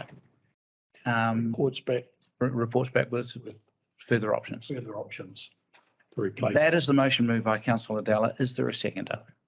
Councillor Ailing. All in favour? Aye. Anyone against? 2. Do you wish that to be recorded? Yeah. Councillor Cherry Campbell, Councillor Cretney, against. I would like to remain focused on governance issues and not get involved in operations and deciding on what vehicles to purchase. I'd rather we just agreed. But that's all good. Moving right along. Thank you. Okay, thanks, Bex. Okay, and we'll deal with the second. Look, you want to hold the third resolution or to still put that? No, I think Just hold it? I can hold it. Okay. Oh, yeah. All right, 7.6, District Licensing Committee appointments. Becky. Right, thank you, Worship. Councillors and kia ora marama. Hold on. This should be a reasonably straightforward paper. What we're doing is the list members, which are external appointments that are put together to hear the contentious alcohol licensing decisions or manager certificates where there's been opposition after the notification. They're due to expire on the 30th of June 2023. Ideally, it would have been good as 3 Wairarapa councils to have gone out and done a recruitment process to look at a wider pool. That hasn't happened, so we're asking for a 12-month rollover of these people, subject to their commitment to carry on for another 12 months. You'll also note in here that we're recommending that Councillor Della and Deputy Mayor Williams are appointed to that list just to increase the pool. And this came about, and it's not so much for the contentious decisions that were happening, but there was a licensing decision in South Wairarapa District Council where both their chairperson and their deputy chairperson was conflicted out in making that decision. And because the likes of Councillor Della and Councillor Williams or the Marston appointment were not on that DLC list, they couldn't step in to make that quite simple decision for the South Wairarapa. So we're just intending to put them on there, but very much noting that they would be a last resort appointment for any DLC matters. Pretty straightforward, thanks, Sol. Any questions? Marama? In the tangata whenua space, you talk about running a recruitment process. Is that future based? So rolling over for the next 12 months will maintain what is currently there with no Māori representation. And then when we do the review, because the DLC list members were appointed for a 5-year term. And we just need to roll them over because they've had the training to do that. Use that 12 months to actually go out there and recruit more. But I think too, the space that we're working in now, we've got a really good opportunity to engage hapu and try and get people on that committee. It shouldn't be a committee of, it needs to be a committee that represents all aspects of our community, not just one. Yeah, and especially where a lot of alcohol harm lies. Absolutely. Yes. And we've been doing quite a lot of work with the local alcohol policy and working with the Māori health providers to get that data on the socioeconomic harm of locations and number of outlets. Yeah. Well, but saying that here doesn't guarantee that going forward. It's just saying that we're going to take the opportunity to look into having Māori representation, iwi representation on this board. So how do we get that to be a commitment to? I think if CDC was to have a strong voice on that, I think that's probably the commitment that we need. Great. Yeah, thank you. We'll be ensuring that that happens. Appreciate it. Any other questions? Can we move to resolve? The resolutions recommendations are there. We received the report, agree to the appointments as stated. Recommend. I'd like to be able to take them all as one if we could. Moved by councillor Gretney, second by councillor Cherry Campbell. All in favour? Aye. Against? 1 to 4 resolved. Thank you. Thank you. What's this next? Jeff.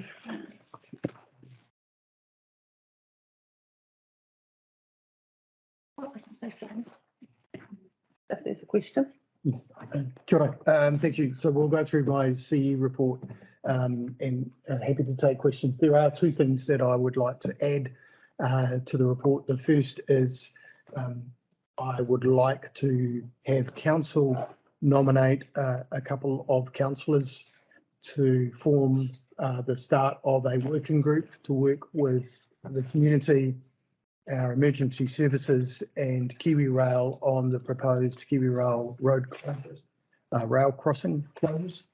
So my request that I was meant to include in my report and I have missed was to have council nominate a couple of members for that, and then staff will begin the process of engaging with the community and finding 2 community members who are commuters and a couple of community members who are not, who are just part of the community to join that working group. So that's my first addition to my report. And I also thought we should cover off our challenge with road. So there has been the PS1 and PS4s. We can. Okay, no, it's all right. It's okay. I'm happy just to alert the fact that there is a media article out there about an engineering firm that has been issuing fraudulent PS1s and PS4s. Mainly focused up around the Taupo area, but there is 20 councils in the North Island that are affected. We are one of them, but with very low risk jobs. Yeah, in terms of our jobs, you know, they are, as Solitaire points out, they're low risk. What we have done is just to participate with the other councils on finding out more about what has occurred and finding out whether or not we are at risk. But I just wanted council to be aware of that issue that has cropped up. It is in the media and we are working through it, but we do not see that there's significant issue within our own community and with our consented. So I just wanted to give you that comfort. Yeah. Could I just add to the CE's notice of intention to move a resolution or to recommend a resolution be passed that I'd like Marama for you to consider being put on, going on to that working group as well. And I have canvassed already, and we have, and it's my request that we appoint the Deputy Mayor and Councillor Cretney and Marama Fox onto that working group to work, as the CEO said, with first responders and 4 community members to get underway with Kiwi Rail. I'll talk more about that later.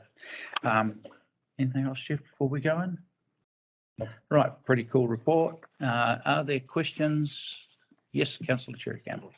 Just under the 5 infrastructure, the water ops, just wondering, and how soon in the future do we anticipate renewal upgrade of this clarifier that may or may not be required?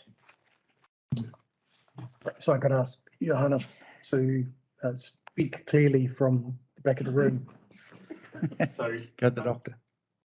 Councillor, so we are aware that it's coming to the end of its life. We are currently looking into what the renewal or upgrade would look like and where that would fit into our long-term plan. Currently, it's not tomorrow. The clarifier is running well after the recent maintenance. That will be part of our long-term planning. So I'm wondering, with the changes with the Three Waters reform, whether that's something that needs to be in. So when we get the Three Waters reform done to us in the WSC, that's actually there, because if it's nearing the end of life, will that be high on the list of priorities? That would definitely be high on the list of the priorities, as the condition of that asset has come to a very poor state. So that would be a high priority. Awesome, thank you. Are there any other questions around the table? Councillor Ailing. I just had a comment, not a question this time. Just to pass on to the Parks and Reserves team how awesome the new planting looks through the main town. I think that looks really great, and it's encouraging that we've moved in that direction away from the annual flowers that get turfed out all the time. So I think it was a great move. Councillor Cretney. Thanks, His Worship. Jeff, I just got a question on it'll be page 80 on the new crossing that's been installed at the between Wheatstone Street and the West Station. Concern from the public just about how the crossing is leading to that steep ramp, and is it capable, or is it the right angle for wheelchairs and so forth? I know that there is access to a proper wheelchair ramp at the southern end, and knowing the upgrades that are going to occur at the station. And I think there will be a path that will lead to, from that new crossing to the ramp. But at the moment, there's concern that the people there in wheelchairs are getting directed to that ramp. And if they have to go around to the other ramp, they're actually passing through the car park. The other thing is the side of the other concern is the side of the ramp, and around that, there's quite a drop off there and there's no protection. So I just sort of flag that. I'm happy to take feedback. I think you're absolutely right. We will need to look at the ramp and its suitability long term. Just want to add that part is not ours. That's not our land. Regional Council. So the Kiwi Rail. So that ramp is Greater Wellington. So we don't own that. We put in a means to get across the park from the footpath to there. I know they have a long-term plan to upgrade that crossing, and that's the position of where they were going to put it. Deputy Mayor. Yeah, I just want to add cause on Saturday to visit the refuse centre for the first time since I've been here, helping a friend clean a house. And the guys on the gate and inside, they didn't know who I was, but I'll tell you what, their customer service was outstanding. They, I got welcomed in and they showed me where to, and there was guys helping me unpack the recycling from the trailer. And then they asked me to go round again and come back over the weighbridge to save me money because I dropped recycling off before. I thought it was outstanding. It really was. And I just wanted to acknowledge, I know there's some chatter on social media about costs and service and all of that. And I have to say, these guys, I hope they don't get flack because the service that they delivered to me on Saturday was outstanding. Good. Cool down. Any other questions? It's quite a full report. Just got comments. Yeah, and comments are welcome. Yeah. On page 79, I just want to commend management for making the decision to keep the northbound Hughes line closed. I travel up to Masterton at least 5 times a week and sometimes several times during the day, and it's that Norfolk Road roundabout. It's made such a difference with having that northbound closed, so traffic moves really well. And the pedestrian access into the station, I've actually had commuters giving me very positive feedback that it's great having that pedestrian there, so they feel safer crossing the road. So thank you. Marva. Just on the wastewater treatment plant opening, I just want to commend the staff and the preparations they made in making that day so wonderful. It really is felt such an honour to be part of a council that makes bold decisions like that when other councils don't take the time or effort to do that. And it does feel really future focused for our generations coming, that the council's come so far down this road. So I just want to thank the staff, everybody who contributed to putting it together.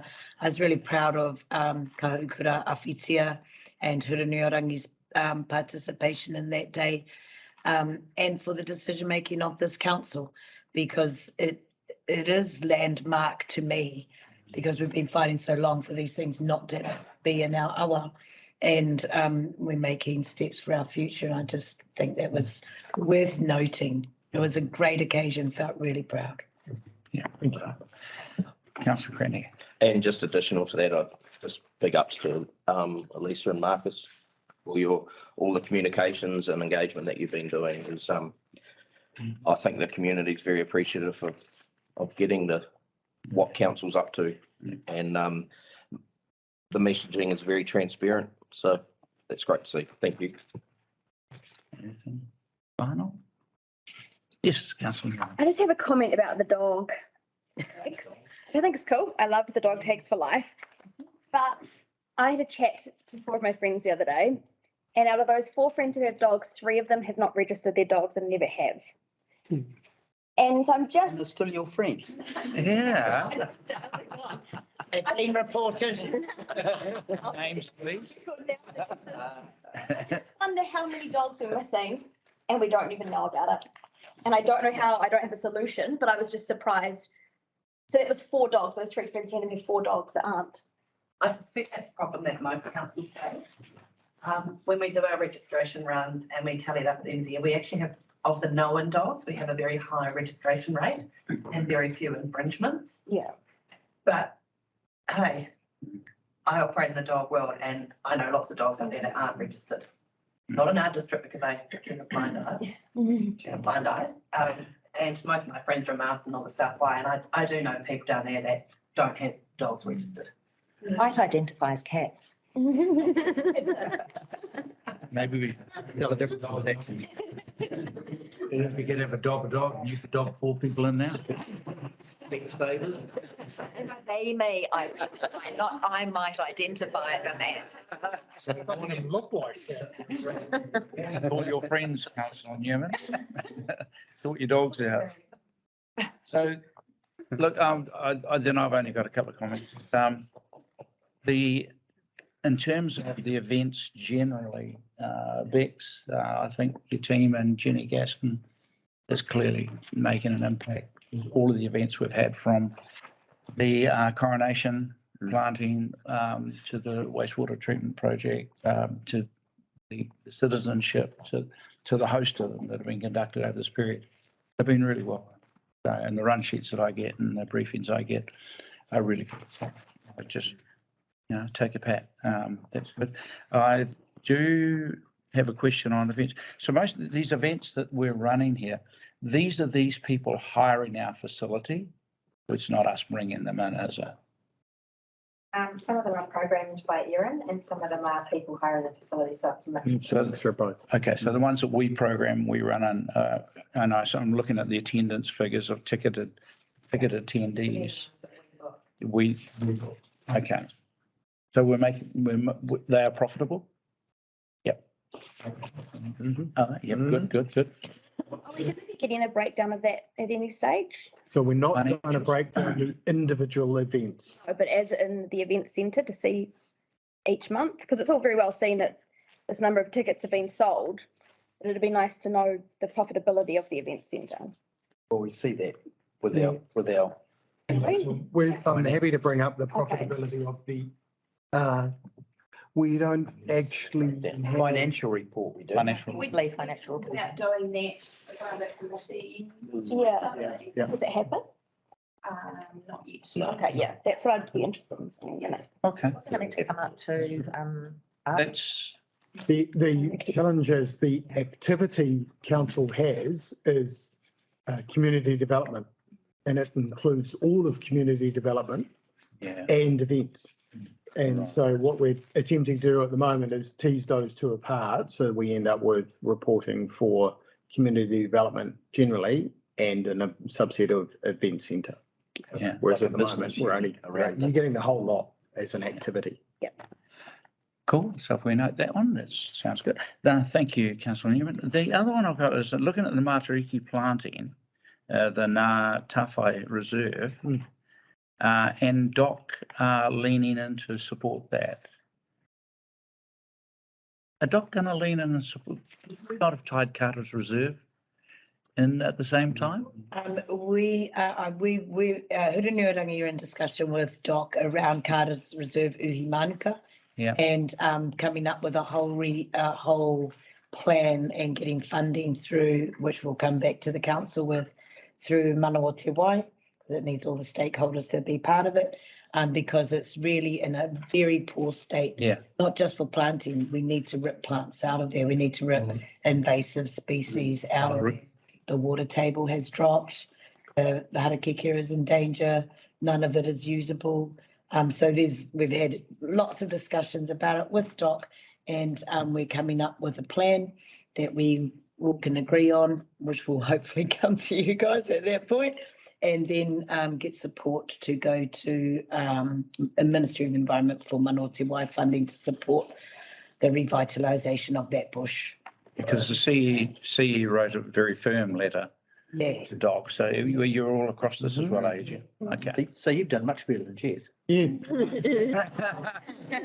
I did take them around without a placard. Okay. Words. Yeah, okay. And other comment I had was, the only other comment I'd ask is that because they are becoming such a pain, whether when we're in our parks and reserves, is there some reporting we could do on how we're going with the Carterton toilets? Certainly we can pull out the reporting of damage that occurs on the Carrington Park toilets, because I think the community are probably unaware of how much damage is repaired before anyone actually notices that it was damaged, but it usually is most nights. Yeah. Wow. We got to count. Looking forward to some recommendations. So we're going straight to the recommendations. There was one recommendation. Yes. And can we add to that a couple of councillors who may be nominated towards a working group to facilitate with the public our emergency management and KiwiRail of the proposed KiwiRail rail crossing. Let's start with the first resolution as written. Can I have someone move that we receive the report? Councillor Della, Councillor Jerry Campbell, all in favour?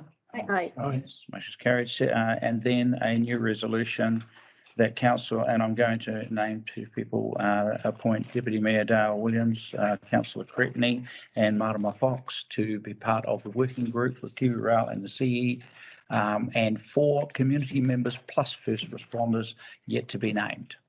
Someone to move, please. Councillor Cherry Campbell, seconded. Councillor Lawrence, all in favour?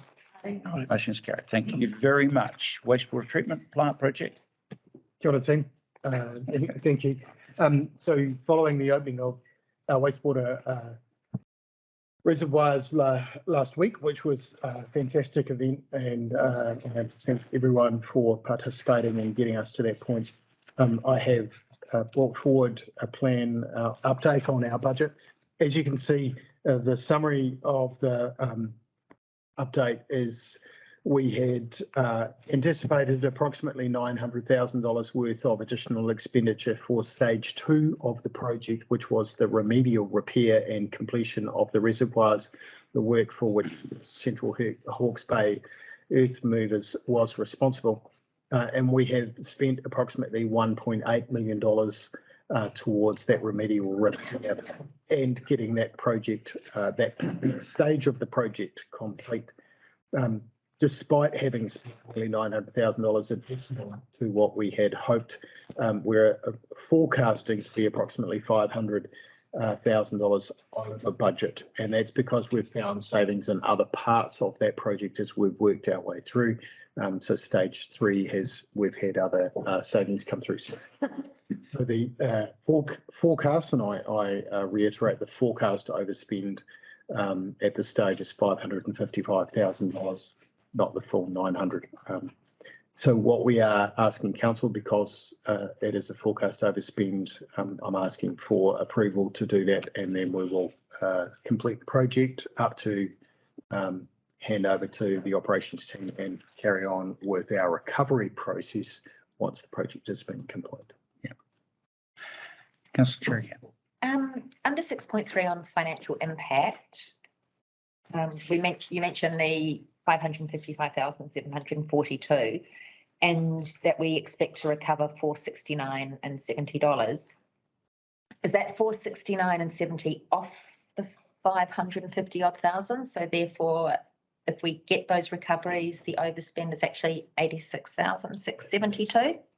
Okay. Yeah, that is correct. So the 469 is made up of the bond and the retentions that we have around $125 odd thousand. So that's those two numbers combined.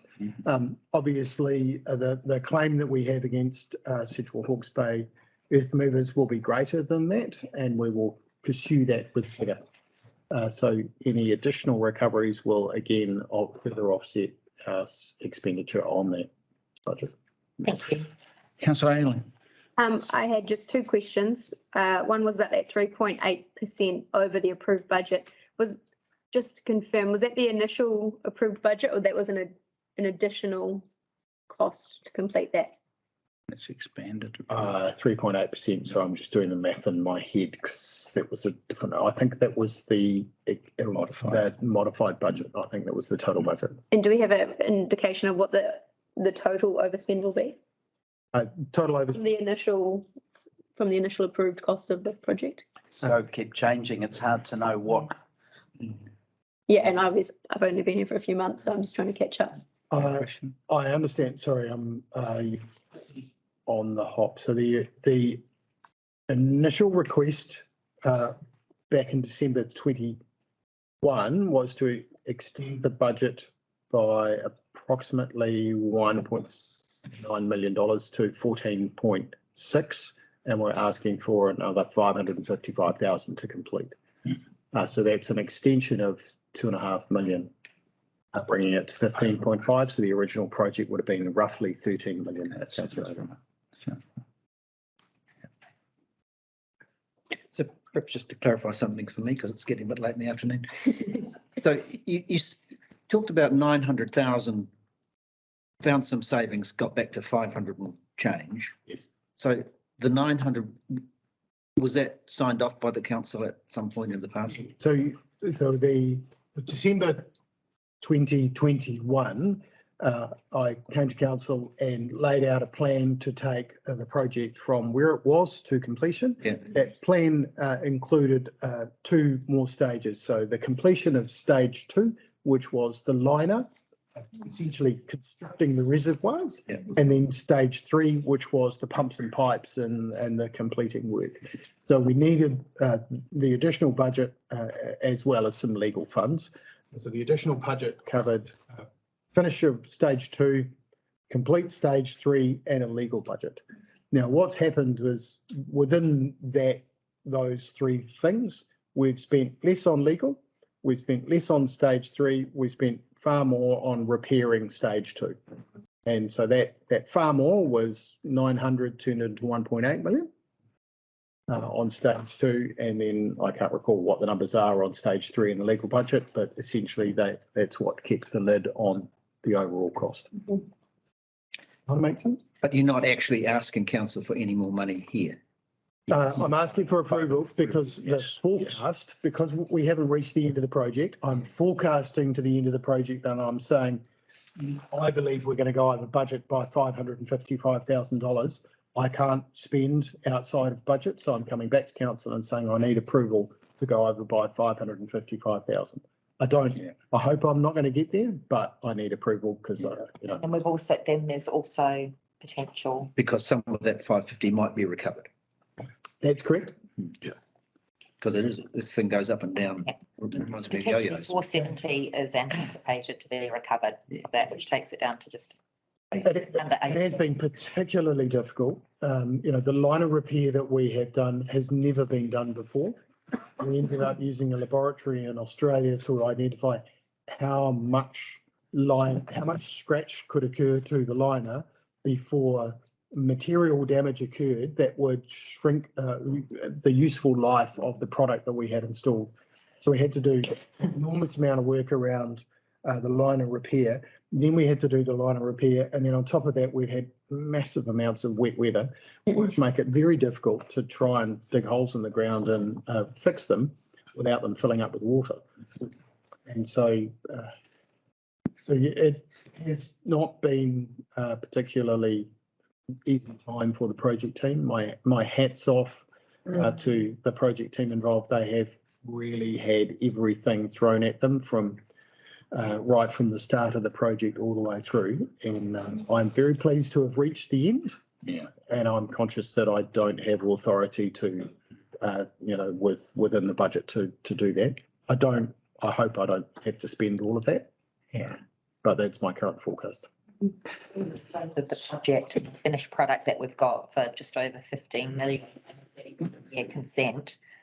When you look around the country, we're a bleeding light yet again. So I guess, and I'm looking forward to the wrap on this and 555,000. That's where we drop down to. I guess the questions, and I don't need them right now, Jeff, because I don't know if you have it off the top of your head, is what was the contingency that was budgeted in originally and how much further over the top of that, because we've clearly burnt that contingency and now we've gone beyond again, beyond first time, beyond again, which brings me to the question is around project management and contractors. And, you could argue that had we not had problems, had things been managed better and the contractor's behaviour been noted earlier, we wouldn't have hit the bad weather.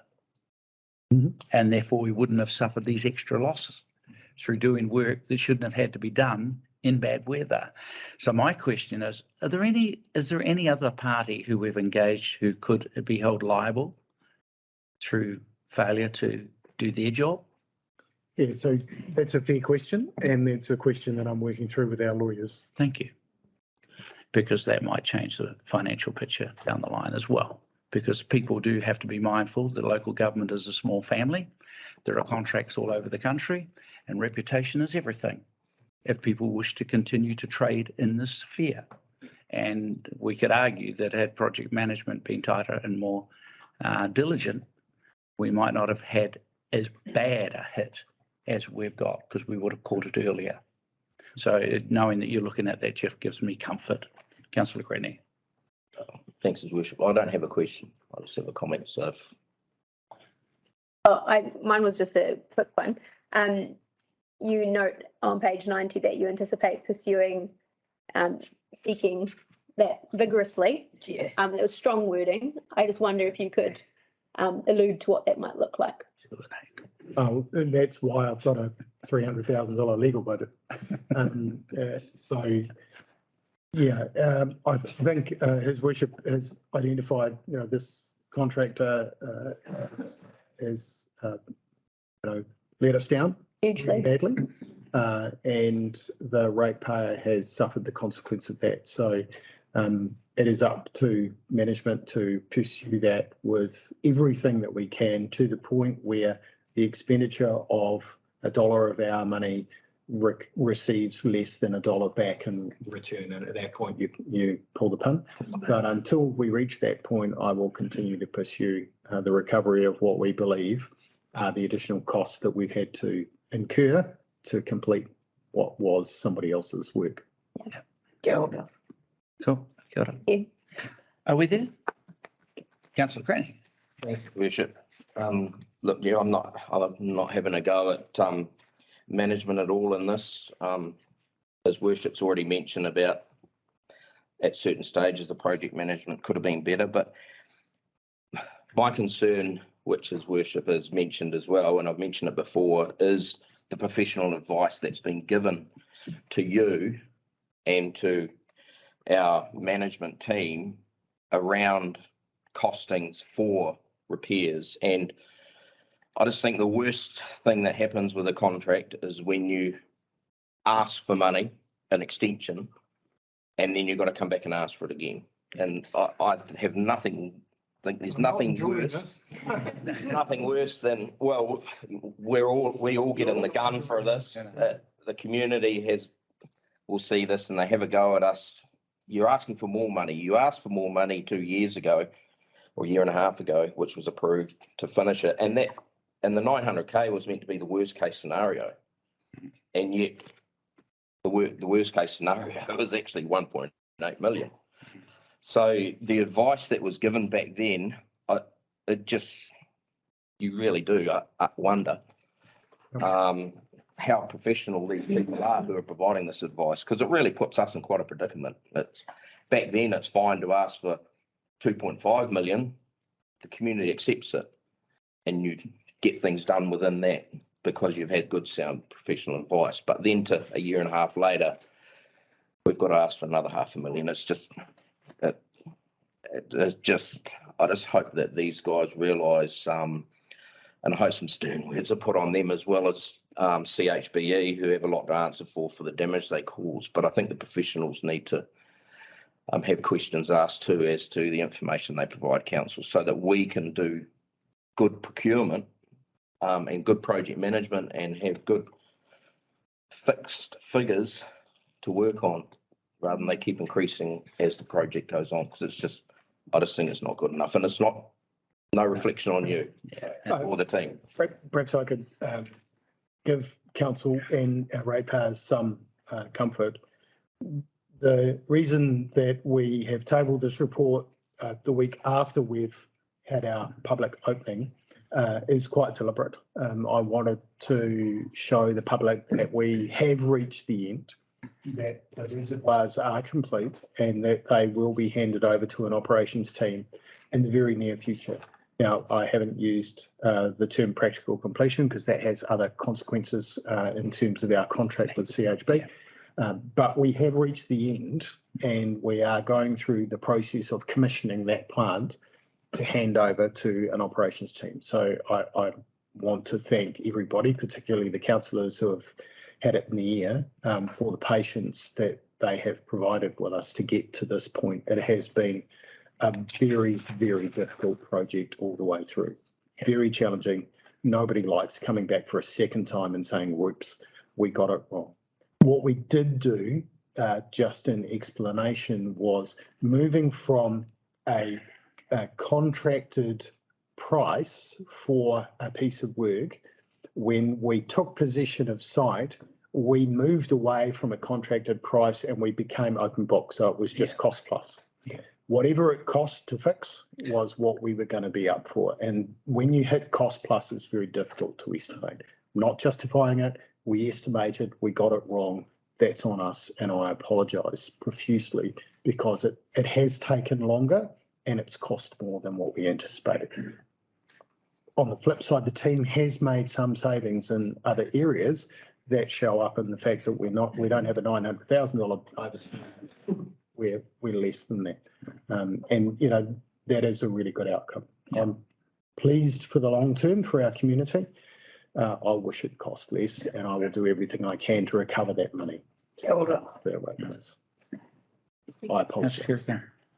I've just got one other comment to add and a reminder that whilst it has been incredibly difficult, a silver lining is that we now have a really robust projects and procurement policy, which wasn't in place beforehand.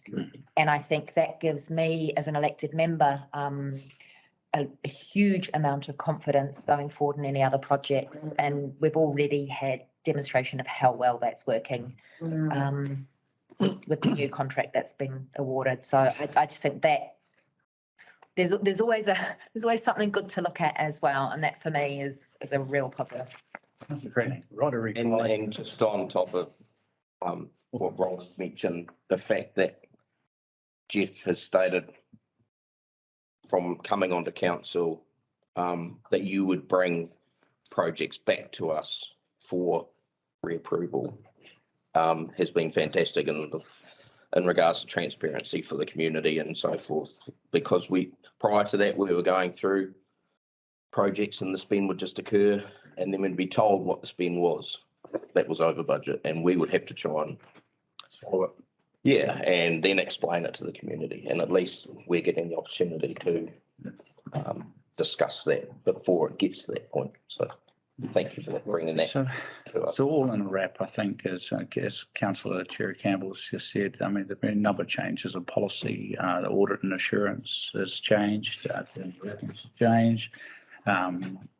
There's been lessons learned. There's a new management team and a new direction. We still come out of this with a 35-year consent, and probably what I said at the outset, and I'll say it again, I think one day this will be recognised and it'll be an award-winning project, and by that stage we won't own it, unfortunately. But look, it is time to move forward, and so let's move with the resolutions. Receive the two people to. Can we move it? Someone move it. We receive the report. Councillor Newman, thank you. Yeah. Second by Councillor Cherry Campbell. All in favour? Yes. And resolution 2, that we authorise the increase the project budget as stated there, moved by myself, seconded by the Deputy Mayor. All in favour? Aye. Against? Carry on.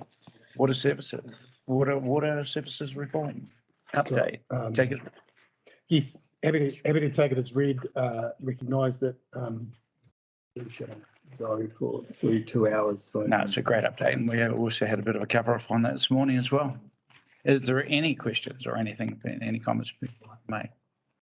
Someone to move that we receive the report, please. Councillor, the Deputy Mayor, move second. Councillor Cretney, all in favour? Aye. Yes. Motion is. like that McDonald's there. 1 minute, Rob. No, He's doing well. All those questions. yeah. Pretty straightforward. Taken as read, resolutions 1, 2, and 3 all together, moved by Councillor Allen. Seconded by Councillor Newman. All in favour? Aye. Against? Motion's carried. I don't know what we just did then. It was just the update on consultations. We had you've had a brief. Too late. Time's up. Local government. Lots of questions. 7-Eleven local government. You still get the baking. No, we missed yours. You're done. You're done. But you can bring baking. Is there anyone wish to discuss proposals? Yes. Taxpayers. I've got a lot of questions, yeah, about. A lot of questions on that. I just a comment really, and I make these comments always with Lagoima, but you know, there's one there that starts off saying, I'm a researcher, and then asks the council to provide a whole lot of information. It's like, are you really a researcher? Because our ratepayers are paying you to help you get your degree or to write your paper. And it's just, yeah, the system is. Sorry, suck it up. OIA is wonderful. Are you the researcher? Might have been my pseudonym. And 7 of them are from the Taxpayers Union. We've got a very thin budget. All right, I attended. Any comments, questions, anything wish to discuss? Someone move or receive the report? I'll move that, Ron. No one wants to move? Councillor Terry Campbell has moved, seconded by Taxpayers Union. I hate to say it's 301. Seconded by Councillor Newman. All in favour? Against? Motion is carried. Thank you.